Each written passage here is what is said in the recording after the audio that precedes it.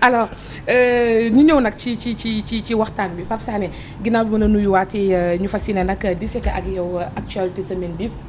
actualité ayu bés bi nag c'était très riche dooree ko déjà ci attroupement yi nga xam ne am na ci week-end bi doxteelu li nga xam ne nii moom moo di procès Adji Sarr Ousmane Sonko mun nañ sax nekk ne dootul procès Adji Sarr Ousmane Sonko mais procès Sweet Beauté rek la ñuy wax parce que confrontation peut-être bi ñu ci doon xaar amu ci avec l'absence d'Ousmane Sonko bi ñu noté mais avec ses avocats également dinañ ko waxtaanee également verdict bi nga xam ne dañu koy xaar ndax am na lu bëri loo xam ne tukkee na ci biir procès boobule waaye dañuy door d'abord parce que tamit kuy xalam da ca jaayu barke ba yaay boroom instant bi lu jëm ci wàllu presse Sénégal li ca gàllagoose bari na ndax jamono ji ñu ngi atte ñàkkal ñi nga xam ne ñoom ñoo di taskatu xibaar yi di journalistes yi bi ci mujj nag di kaawu Serigne Saliou Gueye nekk chroniqueur fële ci Sen TV bi ñu ko convoqué nag dañu am leneen lu ñu gàll ci ndoddam muy usurpation de fonction et je pense que semaine passée doon nañ ci wax suñu live man ak yow ne que c'est un précédent dangereux quand même pour les non détenteurs de la carte de la presse nationale. waaw soxna Aïcha déjà ma fayaat la amaat mbégte comme ni ma ko waxee teew fii nga may ma rek mu profité ci wax ci li nga xam ne mooy situation sunu doomu ndey suma rakk Pape Ndiaye. Gomis mu ngi koy wax sànq nee na ko tiens bon mais man dama koy faral di wax dama ne ko ton seul tort c'est d'avoir bien fait ton travail. c'est-à-dire waaw c'est-à-dire son seul tort mooy d'avoir fait son travail amul leneen. On peut tout lui reprocher mais il a fait son travail. malheureusement mu nekk ci spirale ba nga xam ne balaa moom gisoon nañ fi kii di Pape Alé balaa moom gis fi ñeneen ak ñeneen après moom sax plutôt gis fi ñeneen ak ñeneen Babacar Touré par-ci ba ci Moustapha Diop mii fii ci kër gi ba ci soxna Mati Sarr Dieng ba ci tey ji Serigne Saliou Gueye donc mu nekk un président extrêmement dangereux di wax ni que dans l'histoire de la presse au Sénégal ce n'est pas la première fois mu am une commission nationale de la carte nationale amoon na fi en 2005 pour les plus jeunes amoon na fi en 2005 dégg nga boobaa tamit commission bi mu taxawee ci ay firnde yu leer nañ doon délivrer la carte de la presse mais bii nii pourquoi ça a posé un problème pour le cas spécifique de Serigne Saliou Gueye c'est-à-dire ku mën a toog tey Sénégal muy acteur de la presse ak ku mu mënti doon sax je parle pas d'acteur de la presse je parle de Sénégalais ku mën a toog mën a dénier à Serigne Saliou Gueye sa qualité de journaliste c'est parce que quelque part il faut évoquer une certaine malhonnêteté intellectuelle léegi on lui reproche ne ko dafa def usurpation de fonction parce que il n'est pas détenteur de la carte de presse mais pour que nit ñi xam carte de presse bi bañ koy instituer ba ñuy instituer commission bi ba ñu waxee ni que carte de presse bi diir bii lay commencer ba tey ji dafa am ñi nga xam ne tous les jours muy tey muy suba muy gannaaw suba ñi ngi dem di déposer donc ça veut dire que c'est un processus waaw processus boobu nag ku mel ni Cheikh Serigne Saliou Gueye wala Cheikh Ahmed Tidiane ni xëy na pour x raison waaw mun na bañ a déposer ji am na ñi nga xam ne sax déposer nañu waaw ba tey ji génnagul waaw léegi c'est important c'est normal aussi parce que moi j'ai beaucoup de gens à Ziguinchor beaucoup de gens à Ziguinchor keroog bi ñu ko waxee vendredi bi ñu ko waxee beaucoup de gens m'ont appelé de Ziguinchor et de Tambacounda pour ne ma ñoom seen carte ñii nee nañu 6 mois ñii nee nañu 7 mois ñii nee nañu 8 mois. ba léegi jotaguñu seen carte. te léegi diggante boobu. comment ces gens là vont faire leur travail. voilà il faudrait noter que aussi maison de la presse carte yaa ngi fa fees dell journalistes yi refusent d'aller prendre leur carte. waaw loolu tam waaw. il y a beaucoup de cartes. waaw loolu tam man d'accord naa ko. kon non d'accord naa mais tamit lii non li Pape Sané wax dafa am solo. waaw c'est ça. dégg nga voilà loolu xam nga processus xam nga ñoom. procédure il faut que ñoom dañu waxoon dégg nga waa commission bi ou bien waa correct ñoom ñoo waxoon wax ne dañu nekk ci benn processus jeexagul kon nag bu leen indi journalistes yi en attendant ñu ngi joxe ñu ngi distribuer ñu ngi kii pour ñu may leen temps. xam nga loolu la. mais temps boobu nag joxoon nañ ko de jox nañ date. ne deadline bi telle date la c'était au mois de décembre. waaw mais xam nga taxawal deadline boobu ça tient pas la route. waa léegi ñiy génn tey école nu ñu def ba am carte puisque deadline bi passé na ñiy génn tey école am seen diplôme nu ñu def ba jot carte. dañuy dem déposer ji rek.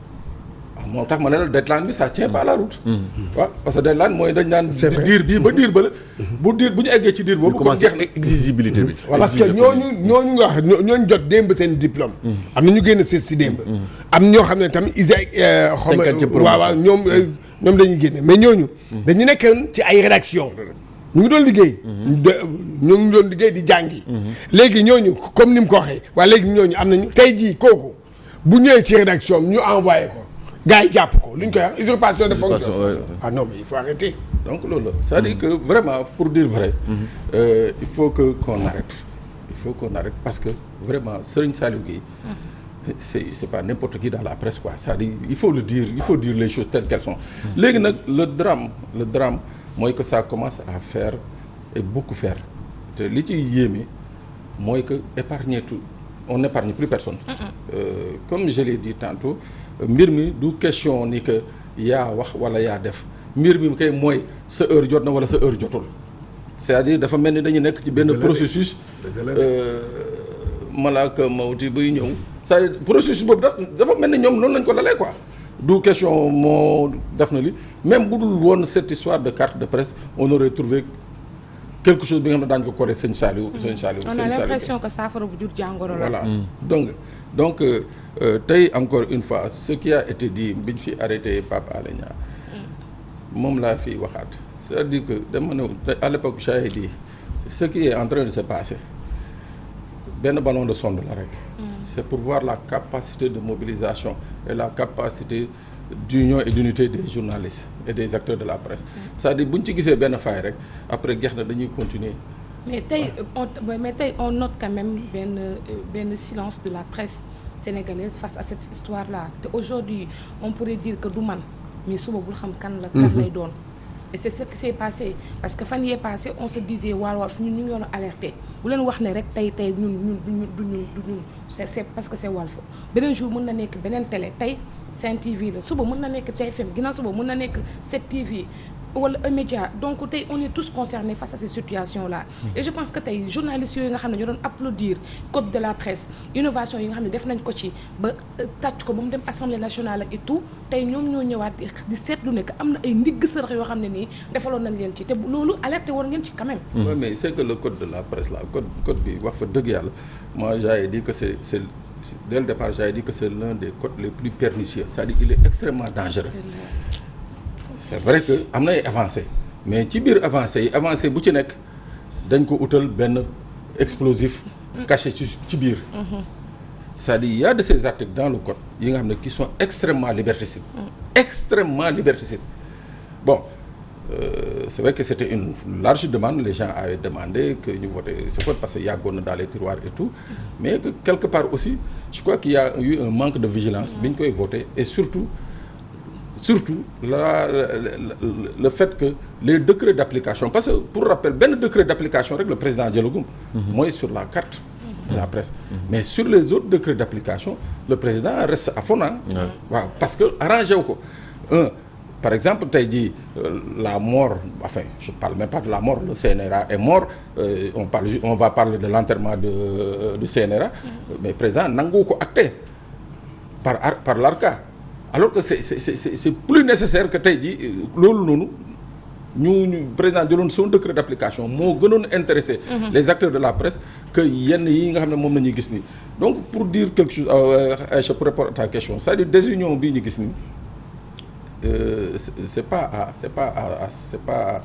à saluer baaxul comme tu le dis tey jii mun na dugg ci kër gi gan la gi nga xam ne du tëb benn kër ça dépend des circonstances et des moments tey peut-être que am na côté ba nga xam ne on considère que peut-être ils sont un peu à l'abri mais am na benn côté bi nga xam ne il y a un matraquage régulier et quotidien bi nga xam ne moom mais toujours est-il que par rapport à justement ce silence moi je dis que bon c'est vrai que dans les groupes il y a beaucoup de choses qui est en train d'être fait ça entre nous il y a beaucoup de choses yi nga xam ne ñu ngi koy def ci biir groupe yi voilà léegi nag xam naa ce qui manque mooy de mettre ça à la surface mooy genre rassemblement yi genre action yi nga xam ne moom lañ doon def ça su nga xam ne la presse était attaquée ça ces actions d'envergure ces rassemblements là manquent vraiment et font défaut mais ça nag il faut que les gens se remobilisent et ça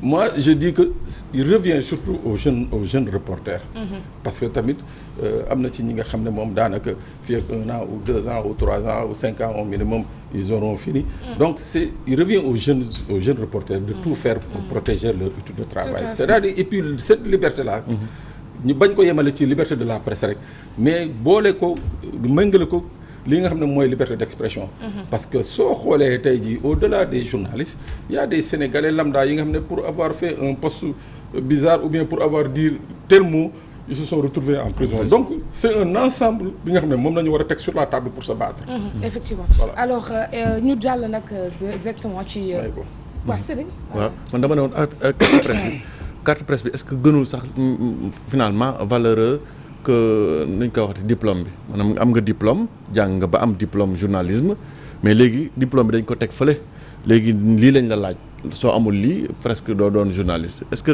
finalement duñ dem ba carte presse bi sax gën a valeureux comment dire diplôme mais bi. pour répondre juste à ta question je fais un coucou à Mame Gor Ngom et à Oumy Ndour d'excellents journalistes buñ ne la ñoom tey jii amuñu carte de presse parce que nekkuñu dans des rédactions ça fait rire non ça fait vraiment rire donc on revient à ce que tu dis mooy tey jii le diplôme il sert à quoi bu dee yow da ngay jàng exercer Mame Gor il a été directeur de combien de rédactions il a été rédacteur en chef de combien de rédactions ce monsieur aujourd'hui on lui dit que tu n'es pas journaliste parce que tu n'as pas la carte de presse c'est extrêmement grave c'est-à-dire il y a des choses qui se passent yi nga xam ne bon des fois je me dis que nous-mêmes nous sommes responsables de notre propre turpitude voilà parce que ku mun a taxaw ne Mame Gor n'est pas journaliste kooku mun na taxaw ne comment dirais-je Serigne Saliou Gueye n'est pas journaliste tout à fait waaw alors ñu jàll directement kon si beneen thème bi pour mën a ratisser large un peu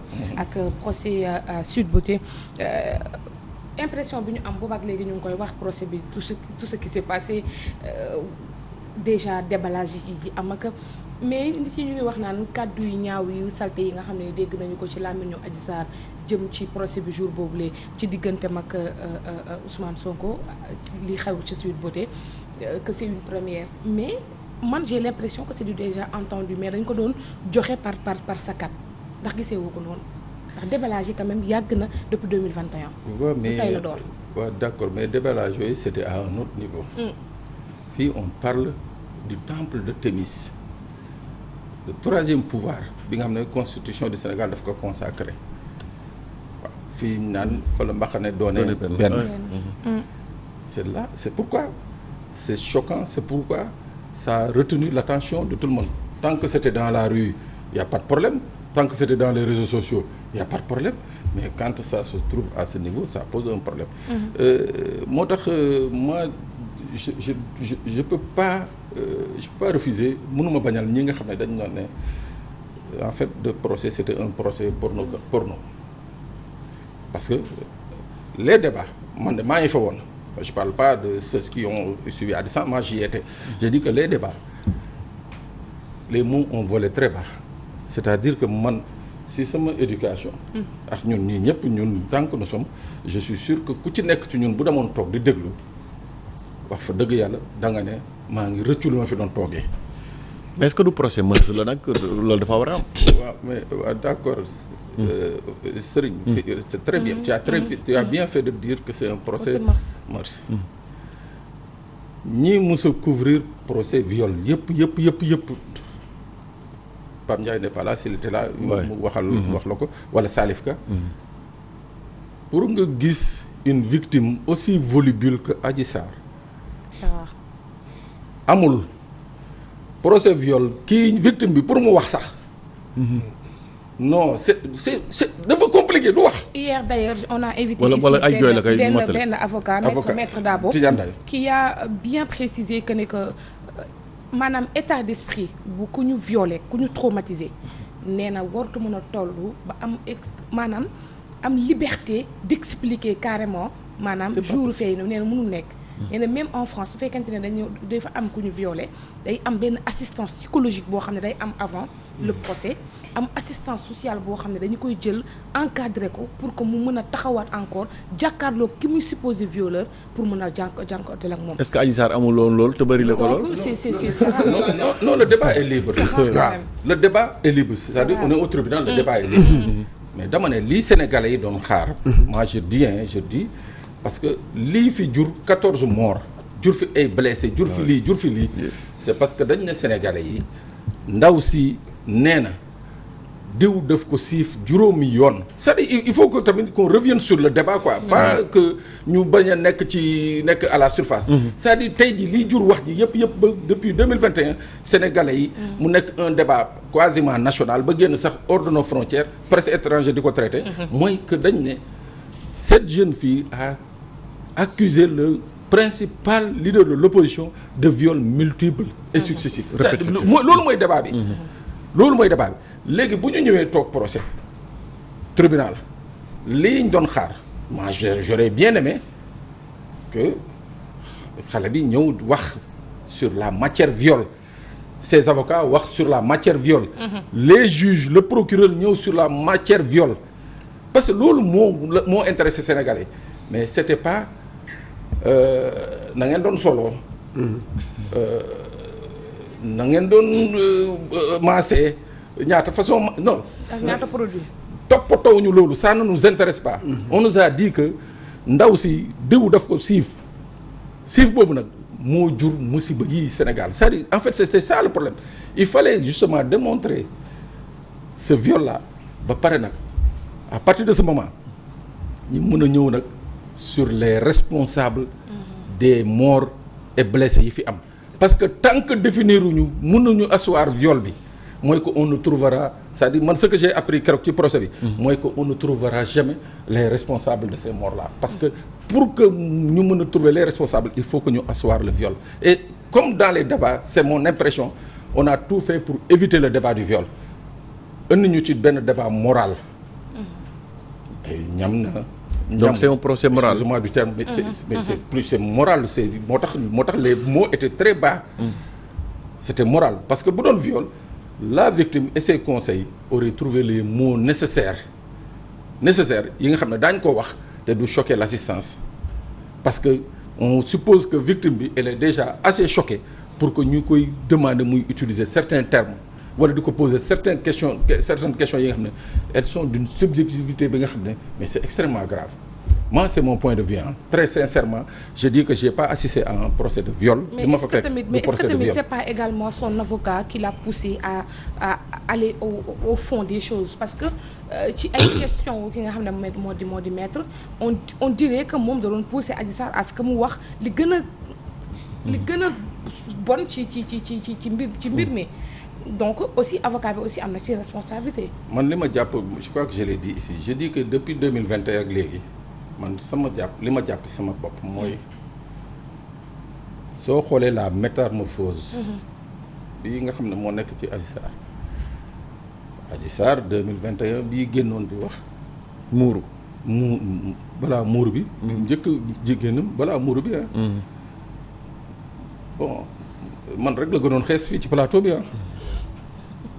mais kii ñu tegal nii mais c'est une poupée Barbie tubaab la. loolu moo tax. waaw non Pape Sané loolu moo tax man ma ne tey jii aisance boobu mu am. kii boobu mu am non parce que elle est protégée. c'est ça le problème il faut dire la vérité elle est protégée. xam nga bokkul ak koo xam ne protégé wuñu la dégg da ngay dem ni kooku du wax comme ni ko kii di wax c'est vrai. koo xam ne moom yu yaa ngi dem kii mais moom.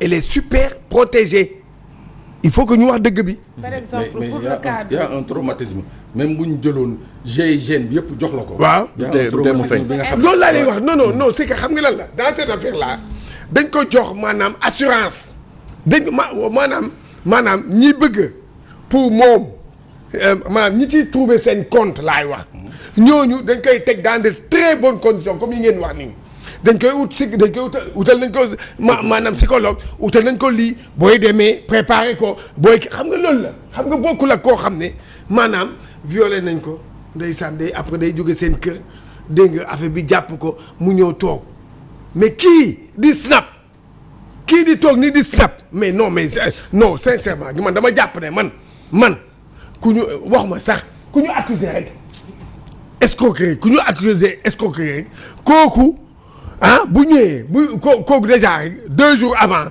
wala 1 semaine avant mais kooku boo ko gisee du nekk ci jàmm.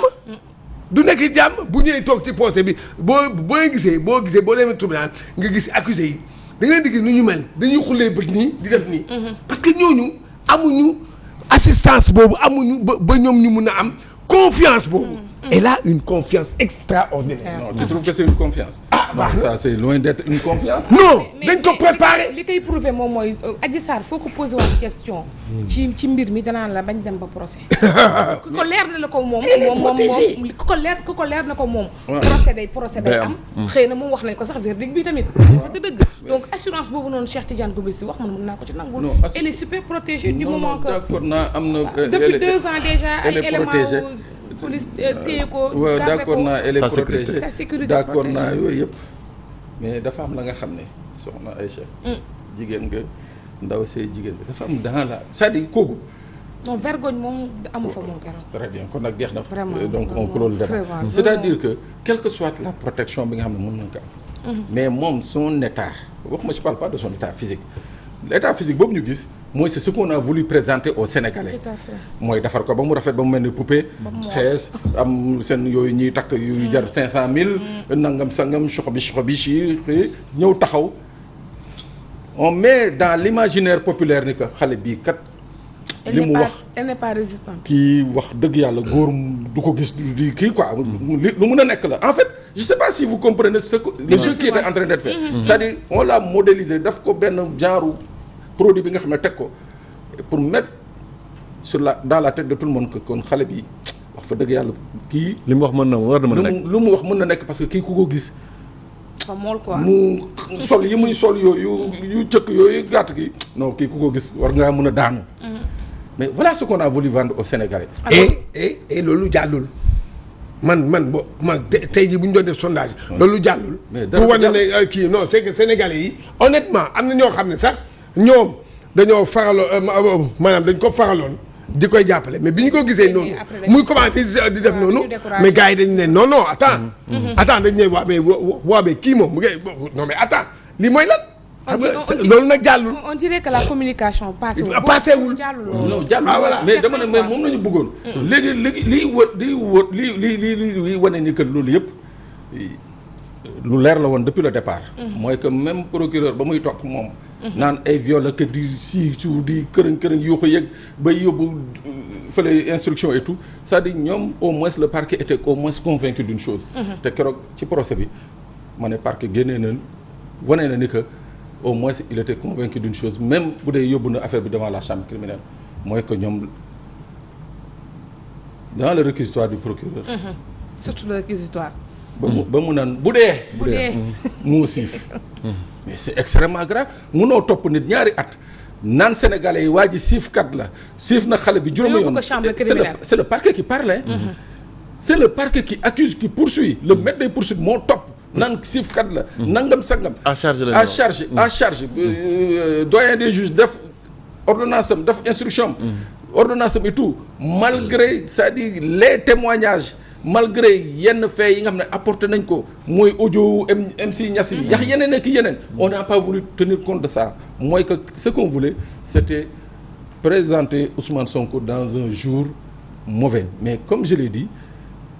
je l'assume encore man dama ne su ma ko mënoon jot taawee dama naan ko sëñ bi ma ne ko procès bi ma ne ko xoolal dama la doxasee soxla bu fa ñëw parce que boo fa ñëwee ñu toroxal la et la preuve nekku fa woon mais c'était plus le procès d'un homme politique que le procès d'une fille violée.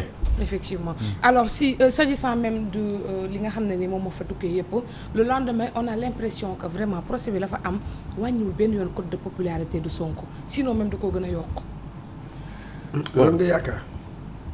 loolu tam xam nga loolu tam boo ko waxee man xam nga lu may jàpp. on a l'impression laa wax. Tu as l'impression. waaw. man non. on a l'impression. non. parce que bi mu xëyee après le lendemain di def ab live am la mu fa récolté ci ay vues. bàyyil ma vue man yéen. gars yi vue dafa xew. bàyyil ma vue. Baromètre non. paramètre la ñu ngi nii duñu vue. waa d'accord ñu ngi ñuy vue waaye dama ne la am na loo xam ne. gis nga quel que soit Alpha jëlal Cheikh Tidiane Gomis tey jii ñu tuumaal ka ñu ne sàcc na xaalisu jàmbur tey lu ma amoon popularité day wàññeeku nañu waxante dëgg am na loo xam ne tey jii nii dégg nga. mais est-ce que du contraire bi ak Ousmane Sonko. Ousmane Sonko peut-être en 2020. waaw 2020. Ousmane Sonko 2019. waaw mi nekk troisième personnalité bi nga xam ne moom moo jël. troisième ci élection présidentielle. ak Ousmane Sonko mu 2023 bi xam nga ne wute na. te dossier Sweet Beauté bokk na li tax mu gën propulsé. bokk na li tax mu gën a nekk au devant de la scène. yow li ngay wax bokk na li tax ñu gën ko tudd. yow li ngay wax mais tey dañu yaakaaroon ne tey bu procès bii amee ak. yow li ngay wax non yow li ngay wax popularité ak li nga waxoon sànq kon ne man maa la déggul bu baax kon man dégguma la bu baax man dama lay wax man ñëpp jàpp nañ ne que maanaam moom kiyam day yéeg li ñu doon xalaat ci Sweet Beauté bi. waxuma la yooyu yéeg de dama ne la.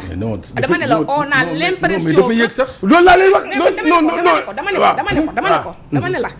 dama ne ko lu leer laa préciser dama ne on a l'impression que avec tous ces déballages ci procès bi wàññiwul ci code de popularité maanaam fa mu nekkoon jógu fa ndax ca la lendemain la génn objectif bi ci gars yi amuñu ko toppaat ko fa ñu ko doon suivre yokk ci non kaay dama lay wax benn non attends bon je ne suis pas du ma statisticien ci affaire maanaam audimat dégg nga mais man sama xalaat laay demee ak li ma xam tuuti rek as tuut sama xam-xam bariwul waaye naa ci wax dama ne gis nga maanaam télévision gis nga tey jii ñaanuma ko yàlla mais ñu tudde Aïcha Diakhaté ci benn affaire kenn déggu la si déglu ma ba kenn déggu la si yow nga toog kenn gisu la waxuloo fenn gis nga bés booy génneel di wax xoolal ñëpp dañuy dañ ko bëpp xool la foofu laa lay wax affaire vue ñii xoolewu na mais ñii dañ lay xool dañ ne yéemu ngay wax xaa ñu déglu lu muy wax dañ kumpa mooy tax ñu xool la non il faut que nga egg kii mais dañ kumpa ñooy tax mais ñun ñi koy topp du dañ kumpa non waxuma ñu koy topp déedéet non attends non Pape Sané moo tax kii la non Pape Sané boo nee rek man boo yaakaar ne que man damay wax ne déedéet yaakaaruñu topp mais il faut qu'on avance quand même ñi koy topp kenn mënu si dara ay mbooloo ñoo topp Sonko kenn mënu si dara waaye dama ne la ci yow li nga wax nii laa wax ci vue yooyu ngay tudd loolu laa lay wax man ci foofu laa yem. d'accord mais code de popularité bi mu ngi ci moom. non laalu ma ko. non code de popularité bi. effectivement tu as bien fait de le dire soo xoolee le Sonko de 2019 bi egsi à la présidentielle avec quelques 700 000 voix.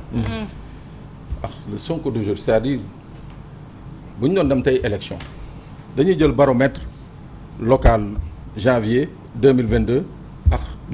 législative juillet 2022. c'est-à-dire. C'est vrai que coalition moo dem mais dans cette coalition il y a eu une locomotive leer na ma man la leer te dafa leer tous les Sénégalais ne que bi ñu annulé invalidé la liste nationale de Yewwi Askan Ousmane Sonko toogoon këram du ñu am 15 députés du ñu am 15 députés Yewwi du am 15 députés xanaa loolu tax Aïda Mbodj naan suñu champion bi ah voilà au moins il faut être honnête elle est honnête c'est-à-dire moom bu toogoon këram du ñu am Yewwi du am 15 députés lu leer laa la wax da ngay def le même calcul en 2017 le PDS coalition ba mu yoroon ak puissance ba mu yor woon 2017 le PDS a peiné à dépasser à atteindre les 20 députés te pourtant PDS mu ngi woon ci coalition bu fort mais ce qui lui manquait c'était un leader ku mel ni Ablaye Wade wala ku mel ni Karim Wade mais leer na ma ni que 2017 bu Ablaye Wade batteroon campagne wala Karim Wade battre campagne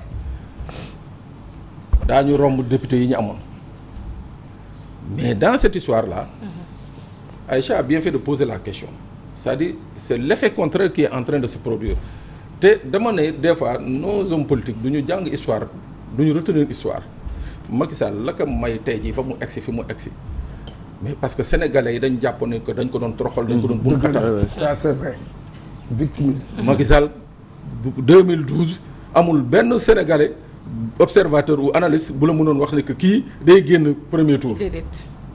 déedéet mais c'est parce que nit ñi dañ jàpp ne que dañ ko teg la nga xam ne waruñu ko teg ba pare au moment où les autres se battaient ici à la place de l'indépendance moom mu dem di campagne. mais gis nga loolu. c'est la nature même du sénégalais moo buggul ñu ne sëriñ mii li yëg lii dañ ko tooñ. alors c'est le sénégalais qui veut pas ça. grand contre petit la ñuy faral. petit la ñuy faral. alors tey Ousmane Sonko en a même profité pour des sorties barki démb xamal ne que sax dafay door caravane de la paix mais amaale ci nemmeeku tour est-ce que jàppoo ne loolu nekkul risque ci moom quand même. bon risque ça dépend risque par rapport à quoi. peut-être pour arrêter ko wala. waaw mais xam nga tamit on est en démocratie. wala gazer ko wala attaquer ko pour attroupement. c'est là où wala malheureusement mu am na ma yàlla jéggal ay. benn non mais c'est là où c'est dangereux parce que dañu nekk en démocratie et c'est la démocratie qui reconnaît la libre expression à tout le monde surtout à l'opposition c'est-à-dire moom constitution Sénégal moo ne opposition dañu war di dem di massifier wu di manifester di rassembler moo ko wax c'est la constitution qui le dit. Alors qu'est-ce qu'il y a de plus normal benn homme politique génn na damay jaar Ziguinchor Bignona Sédhiou Kolda Vélingara Tamba mais c'est tout à fait normal parce que c'est la mission d'un parti politique c'est la mission d'un homme politique mais la preuve jamono yi ñuy wax nii on se focalise sur Ousmane Sonko jamono yi ñuy wax ak ni Khalifa Sall mu ngi doxantu ci dëkk bi. mais Ousmane Sonko gis nañ ko fii nii ñu gazé ko fii à Taïba Ndiaye. wala dans le département de Mbour. yooyu la ñuy wax peut-être. problème yooyu di am ba yeneen yi mën cee juddoo loolu la. ay wax yaakaar naa non c'est-à-dire xam nga ba tey ji man indi luñ ma la nga xam ne dañ ne la muy def àndul méngawul ak yoon. c'est-à-dire li muy def moom la homme politique yëpp di def. léegi bu dee ci la muy def rek dañ ko fay fekk di ko fa gazé mooy que quelque part on est en train de lui interdire d'exercer son droit citoyen. D'accord. mais loolu. Aïcha ça peut être effectivement comme tu le dis source de débordement. mais bu dee tey kaddu bi dañuy dem déloger président kaddu bi. yow sa communication. voilà yow nooy kii. répète-moi la phrase. parce que man ba léegi je cherche les mots. waaw les mots de c'est que bon li mu wax moom mooy dañu dem jëli Macky Sall dañ ko fay génnee xam nga loolu quoi loolu yow noo gisee wax boobu est-ce que wax boobu du andi maanaam gars yi ne non kii duñ ko may moom mu def doxantoom xam nga. est-ce que ñoom man jéemoon naa ko plus que doxante bi objectif en route vers le palais. waaw peut-être en route vers 2024 mais pas pour autant déloger le président Macky Sall. loolu aussi. bon de toute façon c'est impensable kenn xalaatu ko quand même. bon de toute façon. je dis que les politiciens. ñoom ñëpp a yem. muy Ousmane Sonko muy Macky Sall muy keneen ñoom ñëpp a ci yem. billaahi c'est-à-dire ñoom merci. non déet bàyyi ma eggali. ñoom ñëpp a yem. c'est-à-dire quand je dis que ñoom ñëpp a yem. je dis ñoom ñëpp a yem dans leur propos. ñoom ñëpp a yem dans leur propos c'est-à-dire ñoom la mesure ñun nu ñuy toogee fii di mesurer ñun suñuy wax. pour bañ ko ñëwoo dik fële wala sûreté urbaine mais ñoom dañu am benn genre xaw ma nuñ ko tuddee omerta seen biir ba nga xam ne qui leur permet de porter certains propos. mais on va déloger le président mais Macky Sall l'a dit en 2012 entre les deux. moom laa lay wax. waaw xam nga kon loolu. non man wax bi laa lay wax muy Macky Sall. non moom laa muy yowoo muy manoo waaw loolu laay wax.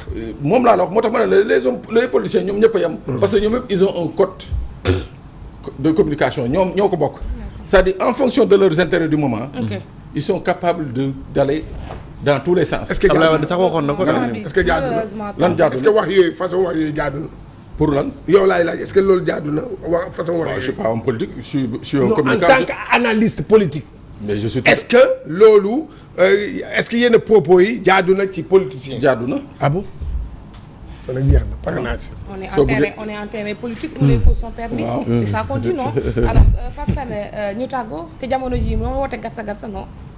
ku ko doon seen yaay defar. kenn moo woote gatsa gatsa.